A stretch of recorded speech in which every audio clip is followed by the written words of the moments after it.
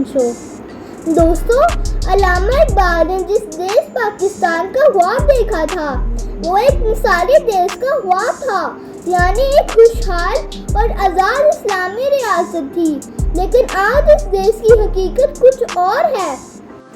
आज मैं आपके साथ अमीरुल इस्लाम हाशमी की नज़म के चंद इशार शेयर करूंगी, जिसमें उन्होंने अफसोस और मायूसी का इजहार किया है और अल्लामा इकबाल के ख्वाब और उसकी अमली ताबीर में फ़र्क किया है। इकबाल, तेरे देश का क्या हाल सुनाऊं, इकबाल, तेरे देश का क्या हाल सुनाऊं। बेबाकियों हक गोई से घबराता है मोमिन, मकारियों रुबाही पे उतरता है मोमिन, मकारियों रुबाही पे उतरता है मोमिन। जिस रिस्क से परवास में कोताही का डर हो, वो रिस्क बड़े शौक से खाता है मोमिन। किरदार का गुफ्तार का अमल का मोमिन, किरदार का गुफ्तार का अमल का मोमिन।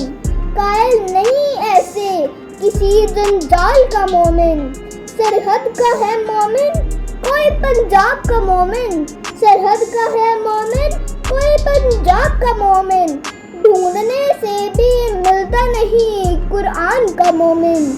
इकबाल, तेरे देश का क्या हाल सुनाऊं, इकबाल, तेरे देश का क्या हाल सुनाऊं।